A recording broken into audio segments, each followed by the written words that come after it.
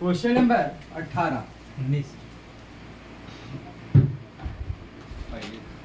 शब्द क्या पे लगा है? एक वायु संधारित्र की धारता, वायु संधारित्र की बात कर रखा। तो यहाँ पे क्या करें, सबसे पहला इसने बता दिया फॉर एयर। अगर ये शब्द नहीं कहता और के की वैल्यू अगर नहीं दे रखी है तो हमें वहां पे वायु की संधारित्र की धारता ही लेनी पड़ती। तो के बराबर कितना है का 1।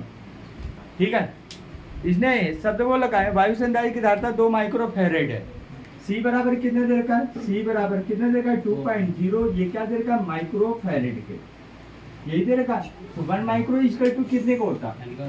1 माइक्रो इक्वल टू होता है 10⁻⁶। तो यहाँ पे हमारे पास कितना आएगा? सी बराबर आ जाएगा 2.0 मल्टीप्लाई 10⁻⁶। ये क्या दे रखा है? फैरेड के। ठीक, अब वैल्यू क्या दे रखा है? यदि उसकी प्लेटों के बीच कोई अन्य माध्यम रखने पर क्या पे लगा? वायु की जगह पे कोई और अन्य पदार्थ रख रहा है। तो इस कंडीशन में फॉर अदर की हम बात कर लेते हैं। फॉर अदर नाम नहीं ले रहा है तो इसलिए ये अदर कर लेते हैं। ठीक है, दूसरा। ठीक, अब शब्द क्या पे लगा? 12 माइक्रो फैरेड की धारता हो जाती है, इसको मान लेते हैं C1। ठीक है, तो C2 बराबर कितना आएगा? C2 बराबर जो रहेगा 12 माइक्रो फैरेड। तो C2 बराबर कितना आएगा? C2 बराबर कितना आएगा? 12 गुणे 10⁻⁶। ये क्या आएगा? फैरेड के। ठीक है, वर्ड क्या बोलना चाह रहा था? तो माध्यम का पराविद्युतांक, माध्यम का पराविद्युतांक K2 ये जो रखा गया है।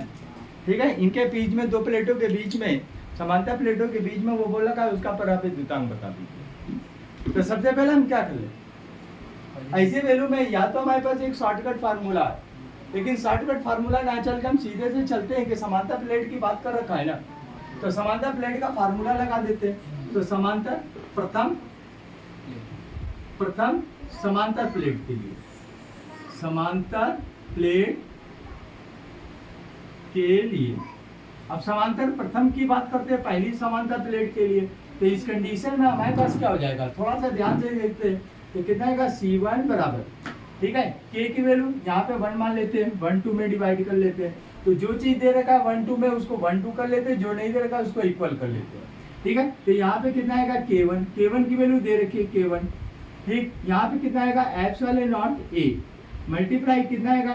D नहीं दे रखा, छोड़ दीजिए। ठीक है, यहाँ पे कितना आएगा? A1 या A2, चलिए A1 और A2। लेकिन हमें यहाँ पे A1 और A2 अगर मानना हो तो इस कंडीशन में हमें यहाँ पे A1 बराबर A2 के करना पड़ेगा, दिखाना पड़ेगा। अगर नहीं तो आप इनकी वैल्यू कहाँ से लाएंगे? तो कितना आएगा? A1 बराबर A2 बराबर, ठीक है, A। जब इन्होंने सवाल में जिक्र नहीं किया तो इसका मतलब क्षेत्रफल और डिस्टेंस की जिक्र नहीं किया, तो इसका मतलब उसको क्या लिया? कांस्टेंट के अंतर्गत रखा, स्थिर रखा गया। यहाँ पे क्या आएगा? D1 बराबर D2 बराबर कितना आएगा? D। ठीक है, अब यहाँ पे शो कर दिया, तो यहाँ पे D1, चलिए ठीक है, इसको क्या कर लेते हैं? इक्वेशन फर्स्ट मान लेते हैं। अब इसी तरीके से अगर हम बात करते हैं द्वितीय प्लेट के लिए अगर बात करते हैं द्वितीय प्लेट के लिए, अब द्वितीय प्लेट के लिए अगर हम बात करते हैं तो इस कंडीशन में हमारे पास क्या हो जाएगा? ये चीज देख लेते हैं। तो कितना आएगा? C2 बराबर K2, ठीक है, K2 ε0 A2 डिवाइडेड बाई कितना आएगा? D2 के, राइट है। अब चूंकि ये दोनों बराबर है तो इस कंडीशन में क्या आएगा? सबसे पहला कंडीशन 2। अब K2 के वैल्यू एक से ज्यादा एक चीज याद रखेगा, अगर एक से ज्यादा वैल्यू नहीं दे रखे तो उस कंडीशन में हम करेंगे क्या? उस कंडीशन में समीकरण मान लीजिए, समीकरण 1 व 2, और समीकरण को क्या करते हैं कि एक दूसरे से क्या करते हैं? भाग देते हैं। ठीक है, तो उसमें क्या होता है कि बहुत सारी वैल्यू हमारी कट जाती है, पद्धति भी इजी हो जाती है, मेथड भी सही हो जाता है। ठीक है, तो यहाँ पे क्या करेंगे? समीकरण 1 में समीकरण 2 का भाग देने पर, अगर समीकरण 1 में अगर 2 का भाग देते हैं तो इस कंडीशन में कोई जरूरी नहीं, समीकरण 2 में भी आप 1 का भाग दे सकते हो।